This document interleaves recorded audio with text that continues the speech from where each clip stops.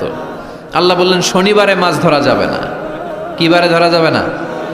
কারণ প্রত্যেক সপ্তাহের শনিবারে আকাবা উপসাগরের তীরে বসে সাইয়েদনা দাউদ আলাইহিস সালাম ওনার সুরের ঝংকার তুলে জাবুর কিতাব তেলাওয়াত করতেন। আমাদের কোরআনে সূরা আছে 114টা, আর ওনার জাবুর কিতাবে ছড়া ছিল 150টা। আমরা পড়ি সূরা, ওনারা পড়তেন ছড়া। সুবহানাল্লাহ কইবেন না? তো ওনার গলায়ও সুর, আবার ওইটা ছড়া, গাইলে কত সুন্দর লাগে।